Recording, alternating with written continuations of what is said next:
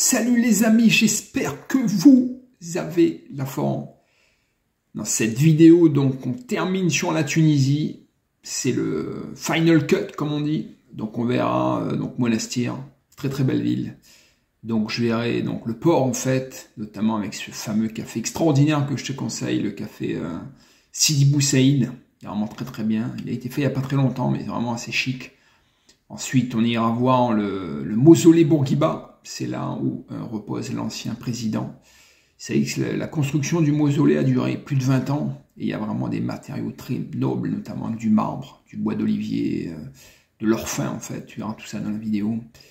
Et ensuite, on terminera sur le Riba. Donc le Riba, c'est les fortifications.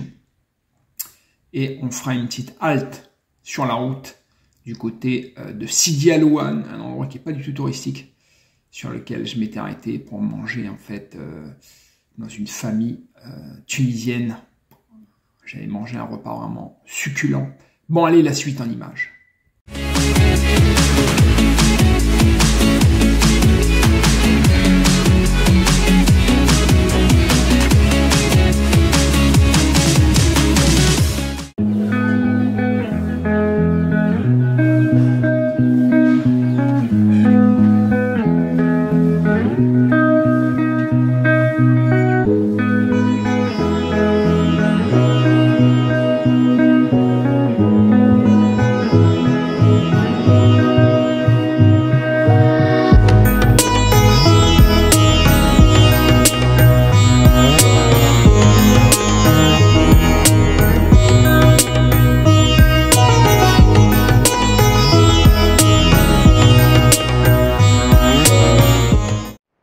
Je suis au musée Bourguiba.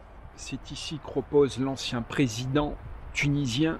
Il a régné ici de 1957 à 1987. Ses affaires personnelles sont toujours à l'intérieur, que ce soit ses stylos, ses habits, ses lunettes même, qui étaient stylées de l'époque, et des photos qui datent depuis son enfance, le lycée où il a été au lycée Carnot, ainsi que tous ces photos avec les différents présidents, que ce soit africains ou mondiaux. Il y a même le stylo offert par Ronald Reagan sur lequel il avait signé, et notamment le stylo quand il avait signé l'indépendance de la Tunisie en 1957.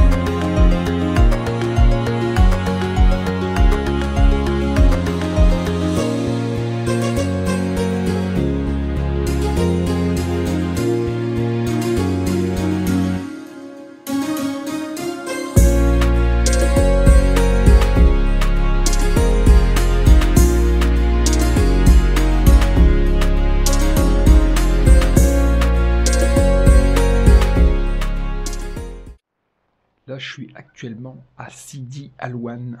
C'est un coin, on va dire, à peu près à 15-20 km de Madia, dans le, on va dire, centre-est de la Tunisie, ici en plein milieu de nulle part. C'est rempli d'oliviers. C'est vrai qu'en général, quand je viens en voyage, on est plutôt, on va dire, soit en train, comme moyen de transport, soit, on va dire, le bus ou l'avion. Là, cette fois-ci, on aura beaucoup utilisé la voiture. Ça permet de voir en fait des coins que en réalité j'aurais même pas pu visiter en fait. Surtout ici, qu'on est vraiment dans un coin qui est pas du tout touristique.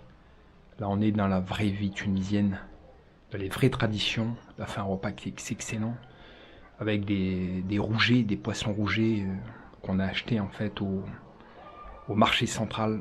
C'était vraiment très typique, avec des pastas qui étaient véritablement incroyables, préparées par une dame de Sidi Alouane. C'est parmi les meilleurs spaghettis que j'ai mangés ces dernières années. Une vraie tuerie. Que dire de la Tunisie? Le voyage s'achève aujourd'hui, donc on repart sur Marseille avec Tunis Air. Écoutez, le voyage fut vraiment très intéressant sur la partie côtière. Donc j'aurais fait Madia, Sousse, Hammam Sousse, Port El Kantaoui, Monastir. Donc je me suis concentré en fait sur cette partie. Donc j'aurais pas vu Tunis, Kérouan, El Djem, Tozeur, Djerba. C'est vrai que les choses à faire en Tunisie et les villes à visiter ne manquent pas. Donc je me serais concentré sur ces villes-là, on va dire des villes plus ou moins touristiques pour tout ce qui est Sousse, Monastir.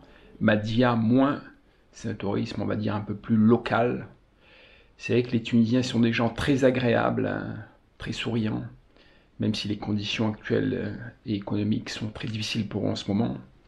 D'ailleurs, même certains spécialistes de la politique prédisent un soulèvement social pour cette année 2023.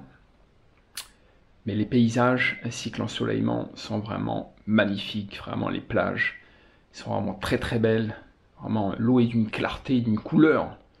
C'est vraiment magnifique. C'est vraiment, tu souhaites venir en fait sur une destination pas très loin de la France, c'est pas cher. Sur les mois, on va dire, de décembre, janvier, c'est ici qu'il faut venir parce que l'ensoleillement est vraiment au top. Il y a plus d'ensoleillement ici qu'au Maroc, par exemple, comme à Marrakech. Il faut vraiment descendre à Agadir pour avoir un ensoleillement, on va dire, un peu similaire. Mais ici, c'est vrai que le soleil est vraiment très très présent. Après, c'est vrai que bon, dans l'idéal, pour avoir fait donc l'Europe du Sud et le Maghreb en plein hiver, on va dire en gros de décembre-janvier. Donc il vaut mieux quand même, si tu veux bien te baigner, bien apprécier et avoir de la bonne chaleur, de venir un peu plus tard, j'irai. C'est-à-dire de venir en fait mars-avril, et pareil, de ne pas venir après, j'irai aller pour être vraiment bien jusqu'à fin octobre. Parce qu'après, en fait, les conditions climatiques commencent à changer. C'est vrai qu'en Europe, actuellement, il fait très froid, même dans le sud de la France.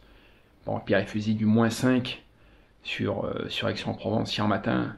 C'est vrai qu'ici, bon, le matin, il fait à peu près 6 degrés, là, en ce moment. C'est vrai que c'est très froid pour la saison, me disaient, en fait, les Tunisiens, là, que j'ai rencontrés ici. En temps normal, il fait meilleur. Bah, après, bon, dans la journée, ça va, il fait du 16, 17. Et quand t'es en plein soleil, ça monte jusqu'à 20. Mais c'est surtout cet ensoleillement qui est vraiment important. Donc voilà pour ce résumé de mon voyage de la Tunisie. Donc je te dis à très bientôt pour de prochaines aventures. Merci de lâcher un like si tu as bien kiffé la vidéo. Et de me dire ce que tu en as pensé, les choses que tu aurais voulu qu'on développe plus. Bon allez, ciao les amis.